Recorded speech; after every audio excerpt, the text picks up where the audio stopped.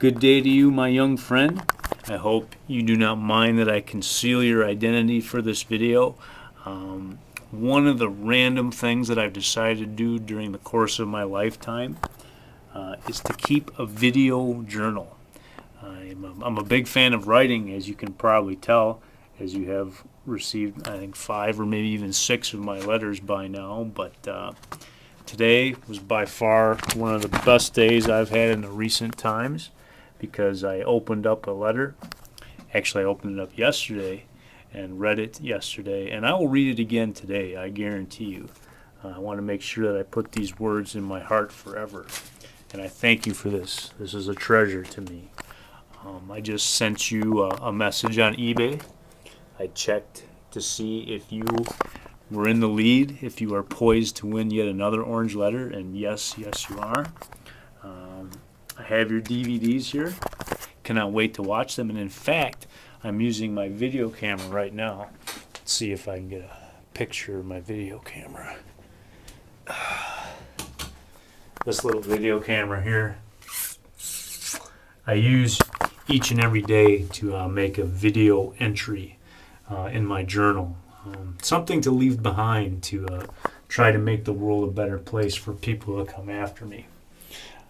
I know that might sound grandiose, but I'm a student of many things.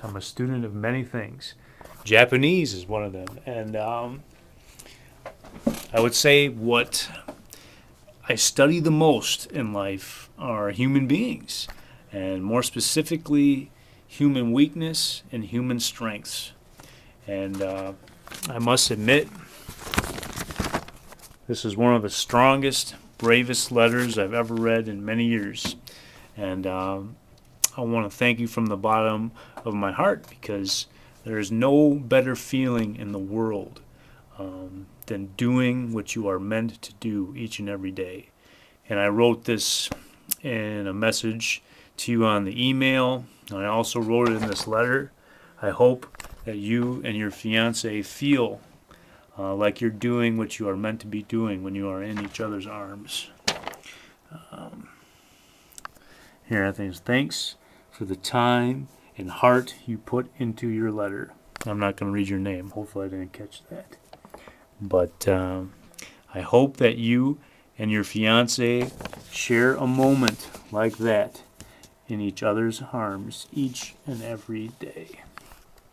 So I know that when you read my letters, hopefully they ring with truth and sincerity, and being able to read a little bit of my own letter to you hopefully will drive that home.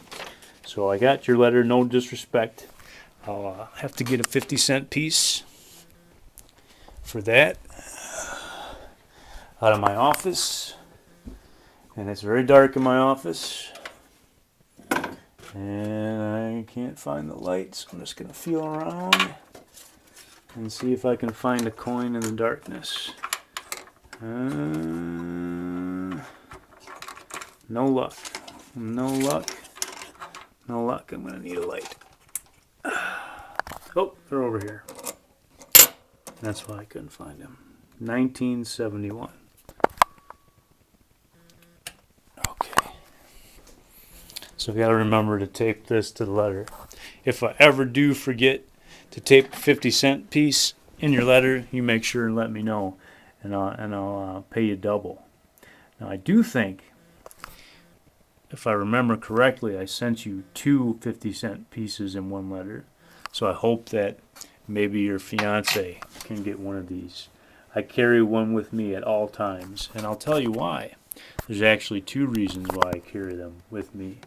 One, when I was a very young boy, I stole one of these 50-cent pieces off of my grandpa's nightstand at his farm, where I basically grew up.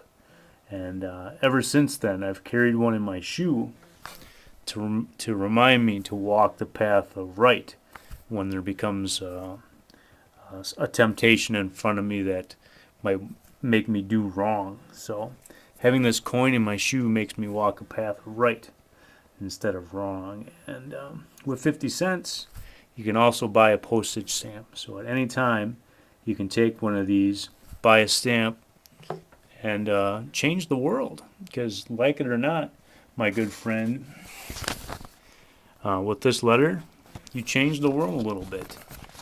Let's put it this way. This video today wouldn't be in existence today if you wouldn't have wrote this letter. So consider this one domino in a long chain of events that could really, really make the world a better place. I want something I want to show you.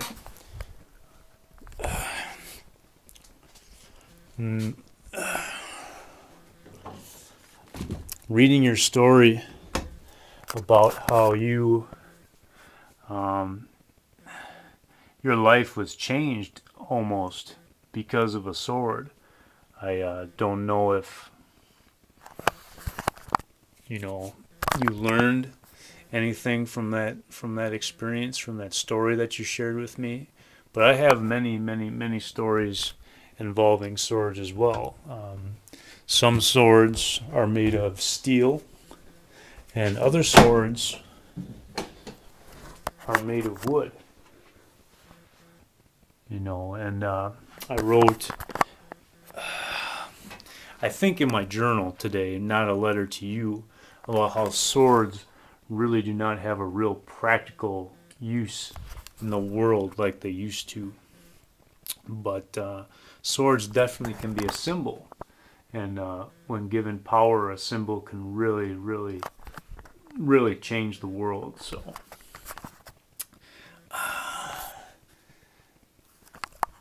this is probably one of my favorite material possessions in the world. And people always ask me, is this a cross or is that a sword? And I think it's a little bit of both. I was very pleased to read the words God and sword in your letter, because I think just reading those two words, those two ideas, I think we're going to have stuff to talk about for years and years and years to come. So I wish you and your fiance and your family every joy and happiness. I continue to hope that I will send you more letters in the future. If I send you a letter for the next 50 weeks in a row, it will be an honor. And what I'm going to do now is probably take a blank DVD and put this message upon it and send it